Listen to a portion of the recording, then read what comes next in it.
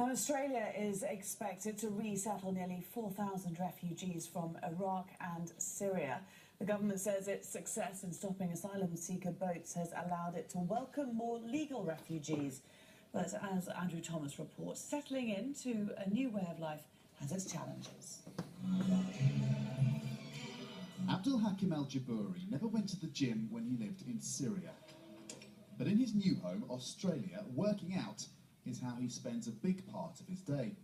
I'm in Australia on my own. I'm lonely. The only place I can come and release my energy is the gym.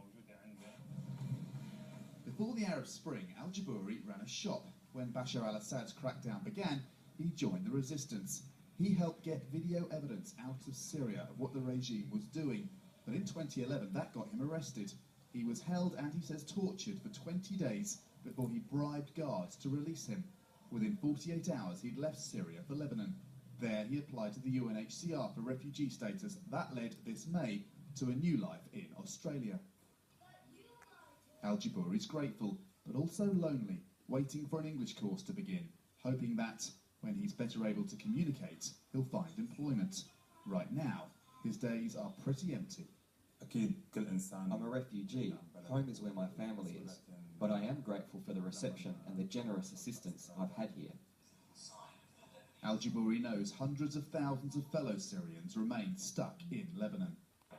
With much fanfare, Australia has just committed to take 4,000 more refugees from Syria and Iraq over the next year.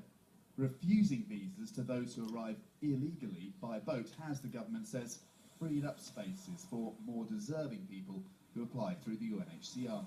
Even so, say many, Australia is still not doing enough.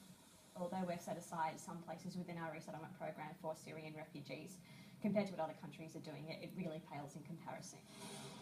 Abdul Hakim al-Jabouri just hopes one day members of his family will be able to join him as settled refugees. Australia's government has been heavily criticised for the way it treats asylum seekers who make their own way to Australia by boat. Its reply is that by being tough on those who arrive through the so-called back door, it can be more generous towards those who apply for asylum through official channels, people like Abdul Hakim. Andrew Thomas, Al Jazeera, Western Sydney.